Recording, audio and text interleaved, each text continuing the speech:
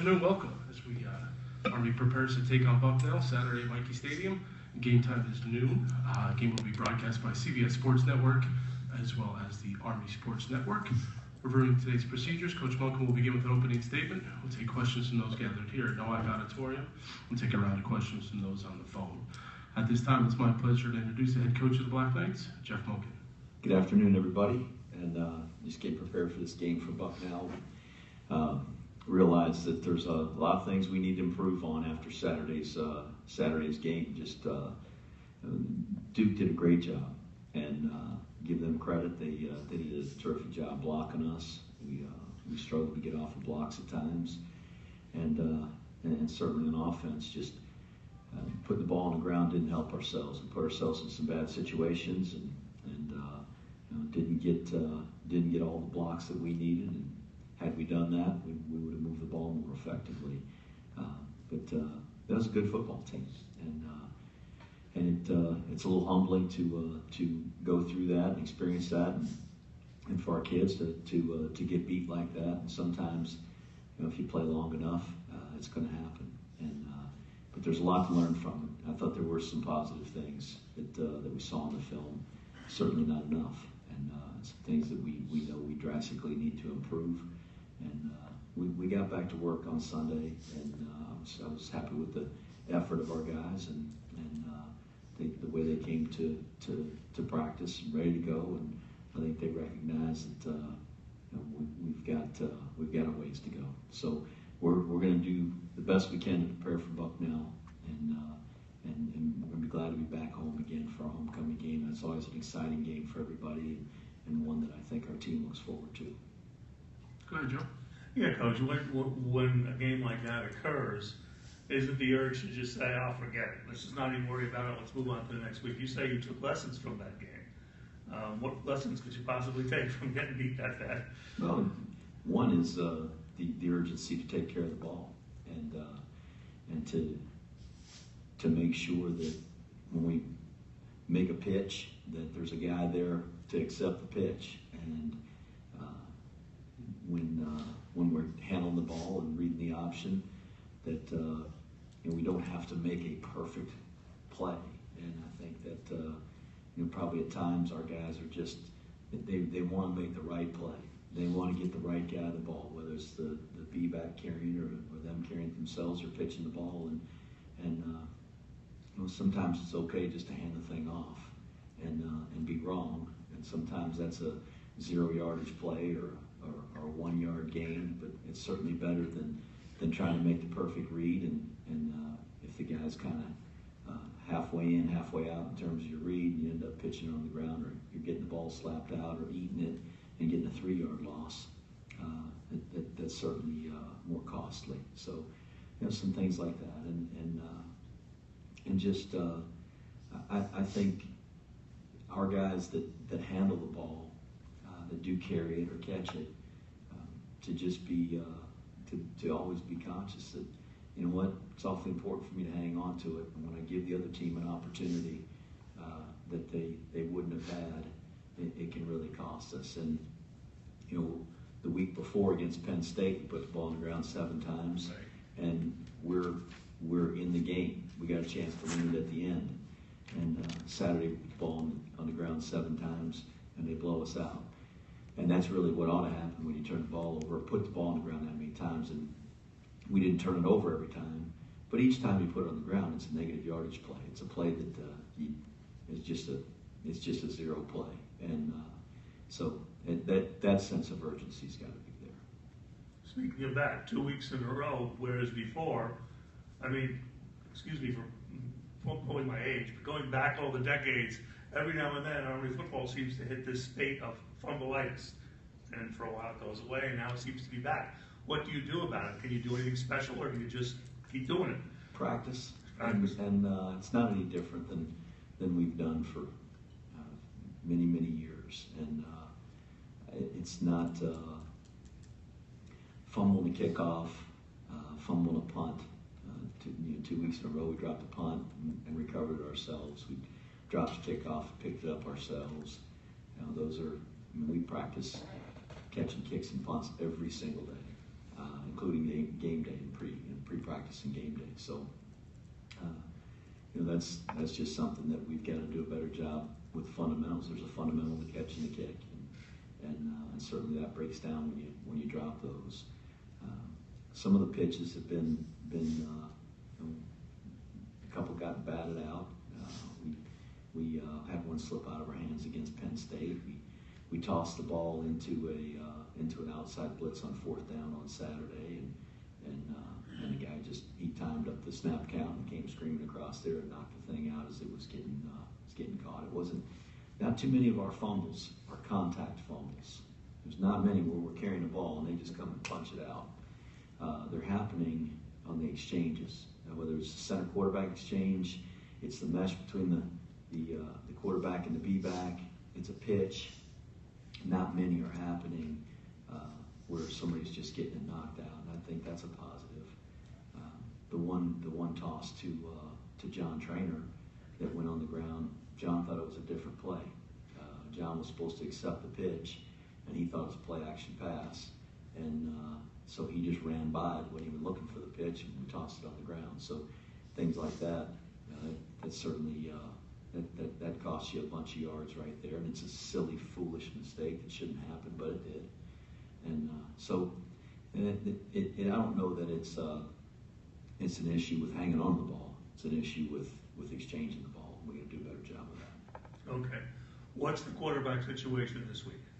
We're going to have one. That's good. Do we know which one?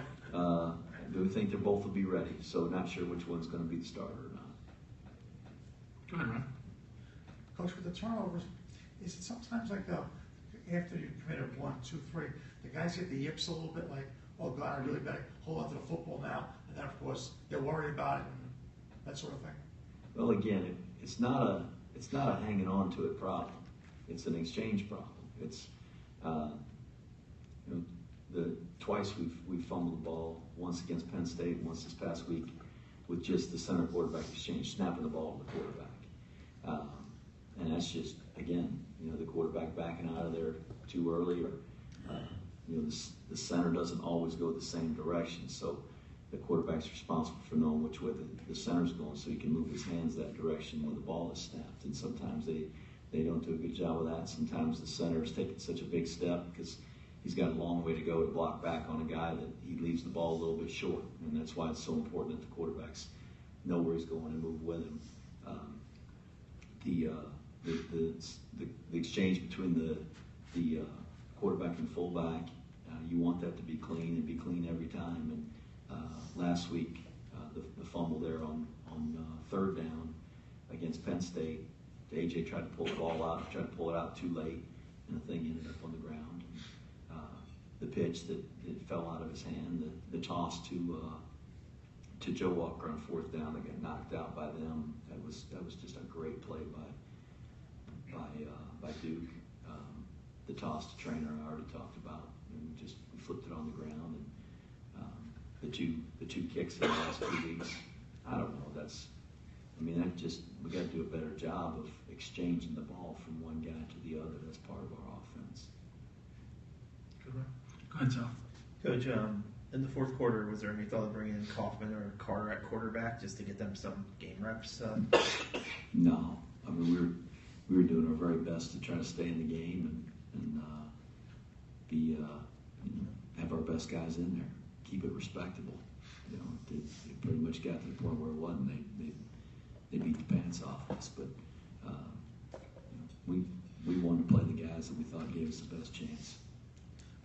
What do you think of Gibson in his first extended play on defense? I thought he did some really nice things. He did a nice job playing over the top of some blocks and keeping leverage on perimeter plays that forced the ball back to the inside linebackers. The first throw out there to the flat, he did a nice job getting over the top of a block, and King was pursuing it from inside out. I thought he did a nice job. Certainly didn't have a lot of experience before that game, but and really it was a new position for him, and I thought he handled it well. The level of play Andrew's been playing this season, can you just talk about that? He's been pretty consistent. He has. He's a really smart player. He's not our fastest guy. He's not our most athletic guy. terms of changing directions and those kinds of things. But he's a very physical player. He does a good job of getting people to the ground when he gets his hands on him. Doesn't miss a lot of tackles when he gets his arms around a guy. He gets himself in position to make plays, and that's because he's a smart player. And he can get other people lined up. And Saturday, when Jeremy got injured, he was able to move to Jeremy's position at the will, and we brought another guy in at the Mike position. And not everybody on our team is capable of doing that. For those questions for those joining us via teleconference, please state your name and organization and ask your question of Coach. Bucknell.com, good afternoon, Coach. You mentioned that you expect both AJ and Ahmad to be ready for Bucknell, but there were also a few notable players who left Saturday's contest due to injuries and did not return, along with Ryan Alexander, who did not play at all. Can you bring us up to date on the injury status of freshmen Drew Harris and James Gibson, and do you anticipate England returning for the Bucknell game? James is going to be ready to go, as will Drew. I don't have we don't have any doubts at this point that they'll be ready. Now, something happens this week in practice, it could hold them out, but both of those guys will practice. AJ is dinged up from the game on Saturday. He left the game with a thigh bruise, but I think that's something that'll work itself through over the course of the week, and that shouldn't be something that keeps him out of the game. Jeremy, I mentioned, came out of the game, but he's going to practice on a limited basis today, and we'll give him more reps as the week goes along. The guys that are out right now will likely be still Gilbert and Villegas, who we've been really trying to get those guys healthy. Alexander's fine; he's not injured. But we had Tyler Campbell go out during the game on Saturday. We're hoping he'll come back. Don't know. He's not going to practice today, but we're hopeful we can get him back on a plan to get prepared for Saturday. So really, there were some guys that went out, but I don't know that a whole lot of those guys are going to be out for the game. Time will tell here in the next couple of days, but we're fairly optimistic with everybody except the guys that have been out for an extended period of time, and Tyler Campbell, we're not sure. Yeah, and my follow-up question, the team was obviously coming off 2 straight losses, but the one game against Penn State could have easily gone Army's way. However, the Duke contest, and as you called it afterwards, was an old-fashioned puzzle-looking.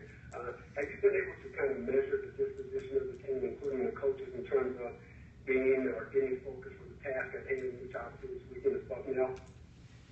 Well, only Saturday will tell. I think our guys have handled each week really very well, just in terms of their ability to focus, refocus on the next game. Probably any one of the first 5 football games could have gone our way, and we didn't make the plays, obviously, to complete those games and win them.